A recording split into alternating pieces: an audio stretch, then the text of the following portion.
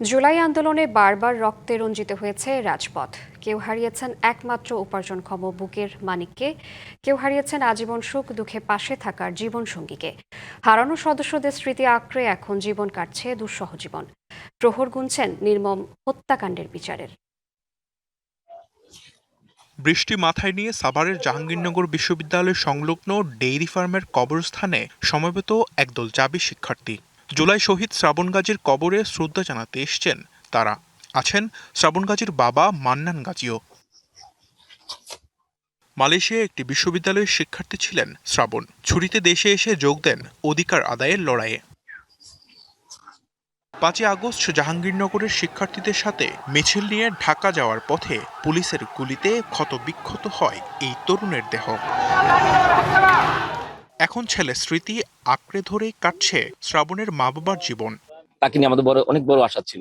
তার শোক কখনো কাইটা উঠানো যায় না। এত কিছু বুঝাইলাম, এত কিছু করলাম, কিন্তু সন্তান আমার স্মৃতি হয়ে রইল। এদিকে ১৯ জুলাই রাজধানীর মানিকনগরে পুলিশের গুলিতে প্রাণ হারানো বরগুনা সদর উপজেলার কালিরতবক এলাকার বাসিন্দা মিজানুর রহমানের পরিবার এখনও শোকে বিহ্বল। ছেলের কথা মনে পড়তেই ডুকরে কাঁদেন মা বাবা। ১০ বছর বয়সী মেয়ে পিঙ্কি আর ৬ বছরের ছেলে সাজিদুল এখনও বাবার ফেরার অপেক্ষায়। সন্তানেরা বারবার বলে আম্মু বাবা কই, বা আম্মু এটা করো, আম্মু এটা। আমি তো সব চাহিদা তাদের পূরণ করতেও পারি না। বাংলা কিউআর যেখানে, নগদ পেমেন্ট সেখানে। সারা দেশে ১০ লাখেরও বেশি মার্চেন্টে নগদে পেমেন্ট করুন খুব সহজে। আর এমন কিছু করতেও পারি না যেটা তাদের বাবা করতো। জুলাইয়ের শহীদ বরগুনার ১০টি পরিবারের গল্প একই। প্রিয়জনের জন্য নীরবেই ফেলছেন চোখের জল। প্রহর গুনছেন নেই বিচারের। এইভাবে যেন আল্লাহ কাউরে করেন, আল্লাহ। বিচারের অগ্রগতি নাই।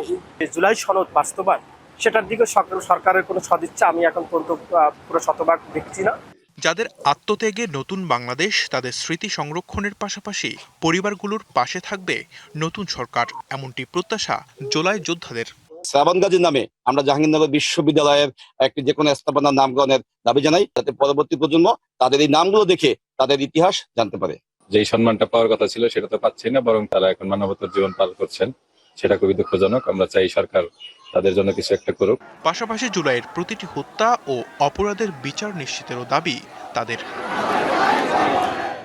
Sanjidul Alam, DBC news desk.